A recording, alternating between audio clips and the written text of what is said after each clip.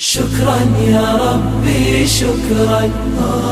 هديت قلبي شكرا نورت دربي شكرا شكرا يا رب شكرا يا ربي شكرا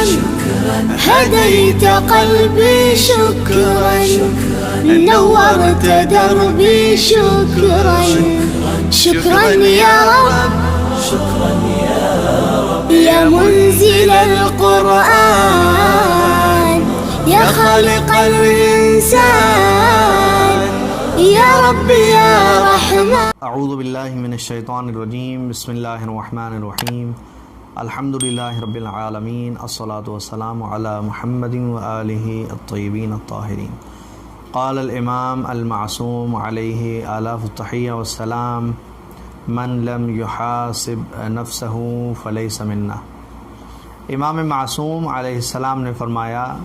جو انسان اپنے نفس کا محاسبہ نہیں کرتا وہ ہم میں سے نہیں ہے.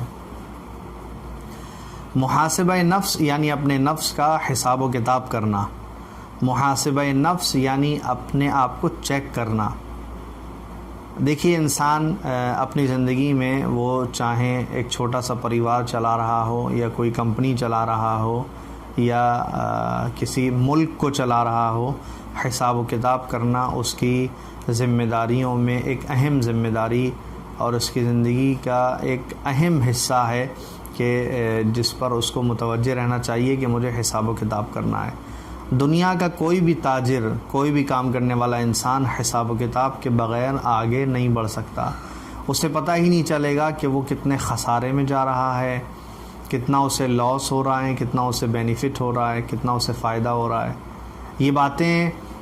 کہ ہم نقصان میں جا رہے ہیں یا ہم فائدے میں جا رہے ہیں کیسے پتہ چلیں گی؟ جب ہم حساب و کتاب کریں گے. ایک تاجر، ایک دکاندار بیٹھ کے شام میں اپنا حساب کتاب کرتا ہے کہ میں نے کتنا پیسہ آج کمایا، کتنا مجھے فائدہ ہوا، کتنی مجھے اصل قیمت تھی میرے مال کی وہ آئی، اور کتنا مجھے اوپر سے اس کے اندر منافع ہوا، کتنا بینیفٹ ہوا. یہ بات اسے کب پتہ چلے گی؟ جب وہ پیسے کی کاؤنٹنگ کرے گا، اس کو گنے گا، حساب و کتاب کرے گا. تو جس طرح یہ عام دکاندار اور عام تاجر اپنی تجارت کا حساب کرتا ہے، بالکل ویسے ہی ہمیں اپنے جسم کا، اپنی باڈی کا، اپنے نفس کا حساب کرنا ہے. اسی کو محاسبہ نفس کہتے ہیں. یہ محاسبہ نفس اسلام کی نظر میں اتنی ضروری چیز ہے کہ امام نے فرمایا کہ اگر کوئی انسان یہ محاسبہ نفس نہیں کرتا تو وہ ہم میں سے نہیں ہے، یعنی ہمارا اس سے کوئی تعلق نہیں ہے.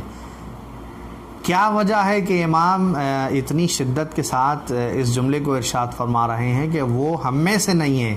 یعنی اس کا مطلب یہ ہے کہ محاسبہ نفس کوئی اہم چیز ہے. اور دوستوں اہم چیز اس پہلو سے ہے کہ جب تک آپ محاسبہ نفس نہیں کریں گے آپ کو آپ کی گزشتہ زندگی کے بارے میں احساس نہیں ہوگا. مثال کے طور پر آپ نے ایک دن گزارا، 2 دن گزارے، ان 2 دن میں یا اس ایک دن میں آپ نے کتنے قدم اللہ کی اطاعت میں گزارے، کتنے قدم آپ جو ہے ایسے چلے، ایسے بڑھائے آپ نے قدم کہ جو اللہ کی معصیت میں تھے، یہ آپ کو نہیں پتہ. لیکن جب آپ بیٹھ کے ایک لمحہ غور کریں گے،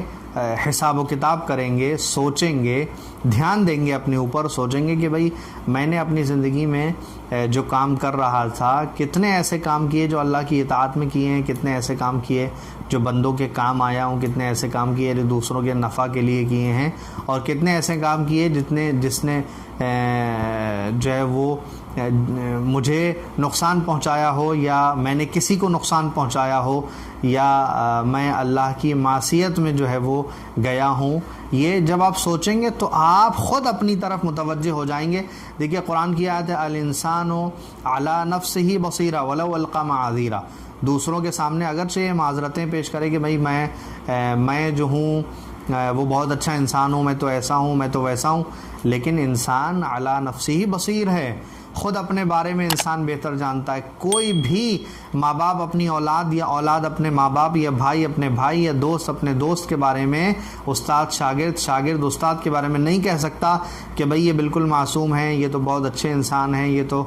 کچھ نہیں کرتے. لیکن ہم اپنی تنہائی میں اپنے خدا کے سامنے جہاں ہمارا رب اور ہم ہوتے ہیں، کوئی تیسرا نہیں ہوتا، وہاں ہم کیسے ہیں، وہاں ہم کیسی زندگی گزار رہے ہیں، کیا سوچتے ہیں، کیا کرتے ہیں، یہ کوئی نہیں جانتا سوائے آپ کے اور آپ کے خدا کے۔ تو محاسبہ نفس کرنے کے لیے جب آپ بیٹھیں گے تو چونکہ وہ باتیں جو صرف آپ جانتے ہیں اور آپ کا خدا جانتا ہے وہ آپ کو کوئی دوسرا تو بتائے گا نہیں۔ کسی دوسرے کے سامنے تو یہ حضرت انسان بڑا اچھا بن کے پیش آتا ہے کہ میں تو بہت اچھا انسان ہوں، تو ظاہری طور پر ہم جو دیکھیں گے وہ مانیں گے، ہاں بھئی یہ انسان نماز پڑھتا ہے، متقی ہے، پرہیزگار ہے، صدقہ دیتا ہے، حج کرتا ہے، زیارت کر کے آیا ہے، بہت شریف انسان ہے، بہترین انسان ہے، لیکن وہ کیسا انسان ہے وہ خود جانتا ہے کہ وہ کیسا انسان ہے۔ یعنی کسی انسان کے بارے میں یہ فیصلہ کرنا یا بتانا کہ وہ کیسا ہے بہت مشکل ہے۔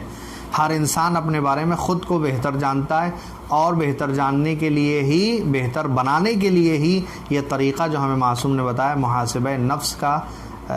یہ بہترین طریقہ ہے کہ جس میں ہم اپنے نفس کا حساب و کتاب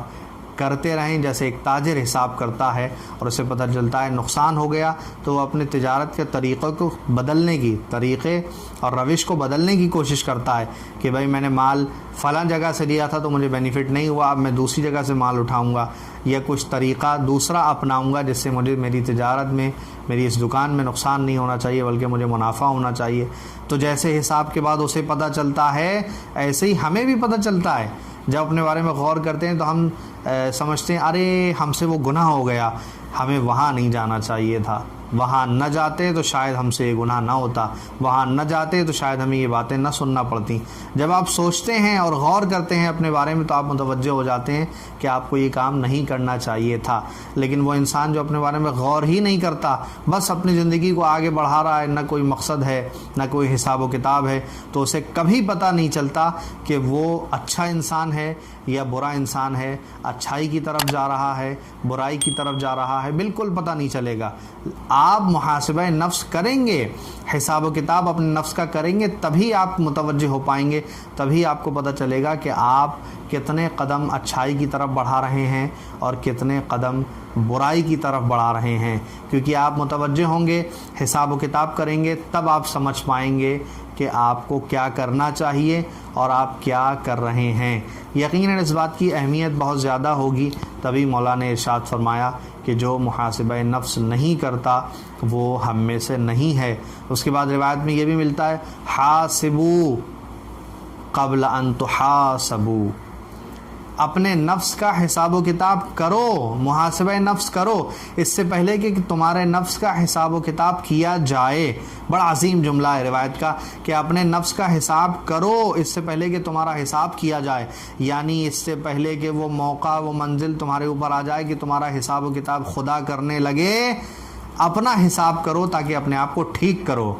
اپنا حساب و کتاب کرو، اپنا محاسبہ نفس کرو تاکہ اپنے آپ کو تھوڑا ٹھیک کر سکو، دنیا ہی میں اپنی اصلاح کر سکو اور اپنے آپ کو تھوڑا سا بہتر بنا سکو۔ اور یقیناً خدا کی قسم جب تک ہم متوجہ نہیں ہوں گے اپنی طرف کہ ہم کیا کر رہے ہیں، ہم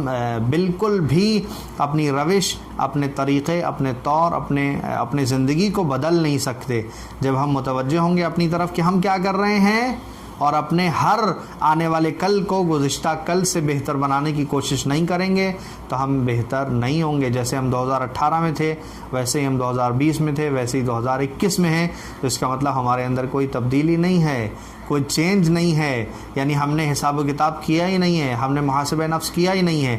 کمال زندگی یہ ہے کہ اگر 2018 میں آپ جیسے تھے 2021 میں آپ کہیں زیادہ باکمال ہو گئے ہوں، 2021 میں کہیں زیادہ اللہ سے اور نزدیک ہو گئے ہوں، کیونکہ جیسے جیسے سال بڑھتے ہیں انسان کی زندگی میں تجربہ بڑھتا ہے، انسان کی زندگی کا بڑھتا ہوا تجربہ اسے بہت ساری چیزوں کی طرف متوجہ کرتا ہے۔ وہ اپنے 5-10 سال پہلے کچھ اور تھا لیکن زندگی کے تجربے کے ساتھ اب کچھ اور ہے۔ لیکن وہ انسان کہ جو اپنی اس بڑھتی زندگی کے بڑھتے تجربے سے کوئی استفادہ نہیں کرتا،